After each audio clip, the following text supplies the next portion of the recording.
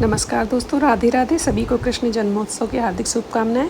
कृष्ण जन्माष्टमी आने वाली है और सभी अपने अपने घर में कृष्ण भगवान के आने की प्रतीक्षा कर रहे हैं और उनका जन्मोत्सव मनाने की तैयारी कर रहे हैं। तो दोस्तों, इस पावन पर्व पे भगवान के भोग में हम तरह तरह की चीज़ें बनाते हैं। 56 भोग भी लगाया जाता है, लेकिन अगर हम ज़्यादा कुछ नहीं कर सकते हैं तो जन्माष्टमी के पावन पर्व पे मक्खन का भोग ज़रूर लगाएँ।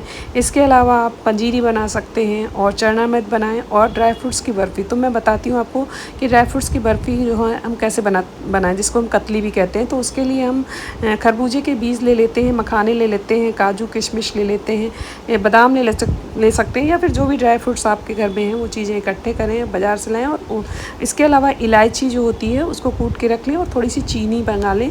तो इन सब चीज़ों से हम कतली बनाते हैं मेवे की, वो बहुत ही अच्छी होती है। भगवान के लिए ज़रूर उसको समर्पित किया जाता है। तो उसके लिए आप देसी घी में सब सारे ड्राई फ्रूट्स भून लें, जिसमें कि नारियल होगा कसा हुआ और खरबूजे के बीज ज़्यादा मात्रा में होंगे। बाकी जो हमने काजू बादाम वगैरह भूने थे उनको कूट के इसमें डाल दिया। तो सब चीज़ों को हम चाशनी बना लेते हैं एक तार की चीनी की, और उसमें फिर मिला देते हैं। और मिलाने के बाद जब ये अच्छी तरह से मिक्स हो जाता है, उसमें इलायची के पाउडर डाल देते हैं और थाली में घी लगा के और उसको हम जो है उसमें जमा देंगे। जमाने के लिए हम थपथपा के हाथ से उसको बराबर कर देंगे लेवल में, और उसके बाद अब उसके चौकोर टुकड़े काट लेते हैं। तो इस तरह से हमारी पूजा के लिए कतली तैयार हो जाती है।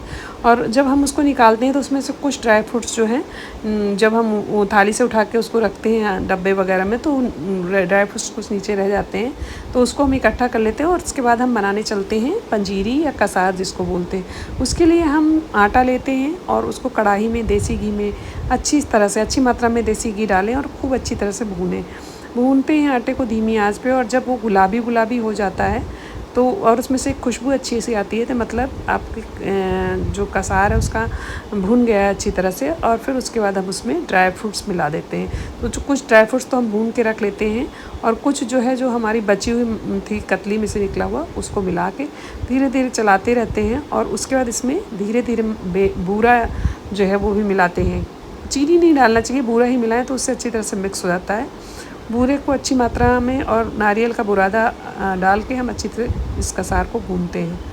तो जितना अच्छा भूनेंगे धीमी आंच पे, खुशबू भी आएगी और आटा भी पक जाता है और बहुत ही स्वादिष्ट बनती है पंजीरी। उसके बाद मेन प्रसाद चरणामृत का भी होता है। तो उसमें भी हम ड्राई फ्रूट्स, दही और दूध मिला देते हैं, कच्चा दूध, दही, गंगा जल और मखाने, मेवा, शहद, और उसमें भी बूरा मिलाएं और मिला के, और तुलसी दल ज़रूर मिलाएं, क्योंकि कहते हैं भगवान विष्णु को तुलसी बहुत प्रिय है और श्री कृष्ण जी भी विष्णु का ही अवतार हैं। तो दोस्तों, उनके भोग में भी तुलसी समर्पित की जाती है। तो इस तरह से आप, जैसे मैंने विधि बताई है, उस तरह से आप आसानी से प्रसाद बनाकर भगवान कृष्ण को, कान्हा जी को समर्पित करें। कान्हा जी आपके घर ज़रूर आएंगे आपको आशीर्वाद देने के लिए।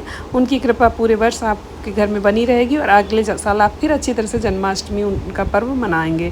तो दोस्तों, अगर जानकारी अच्छी लगी है, वीडियो लाइक शेयर करें, सब्सक्राइब करें। चलती हूँ, फिर से मिलती हूँ अगली वीडियो में। राधे राधे, जय श्री राधे।